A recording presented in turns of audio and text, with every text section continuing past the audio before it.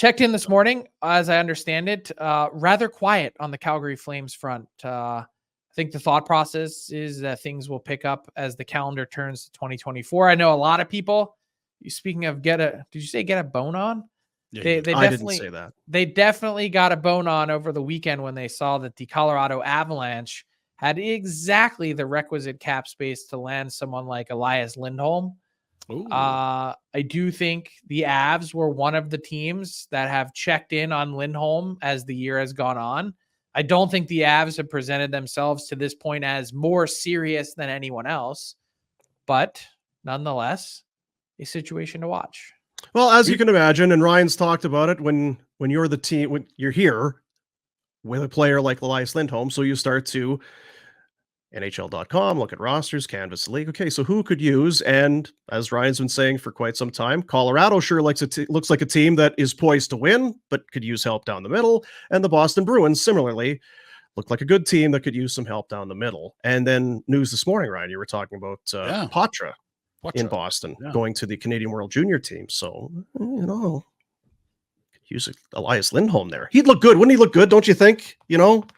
His complexion and everything. There's already a Lindholm there. Him and Hampus, fast friends.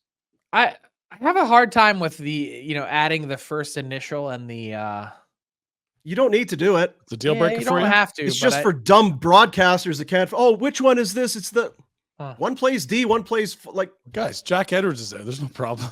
You're right. They're in good hands. No worries then. Don't even get me started on Jack Edwards. No worries. Absolute That's a windbag. very good point. Some rowdy locals threw some tea in the salty sea. Yeah. What We've talked a little bit about Lindholm here. And it's just a guess. A little bit? Just in terms of when this deal gets done. Because it sure feels like there's no extension to be had here. This is a team that seems like it's not going to be a playoff team. And this doesn't seem like a player that is going to look past that to remain a Flame long term. So I just wonder when the best time to get a deal done is at the deadline. So is it just natural to assume that's going to be the case? Or could there be a wrinkle to that theory? I mean, I think there's always the possibility of a wrinkle. I would say sometime, in the last 6 weeks before, I think we've seen plenty of teams step up at, the last few deadlines and get a deal done in late January to make something happen and provide a longer runway for their team to have success, to assimilate, to get ready before the playoffs, to hit the playoffs in full stride.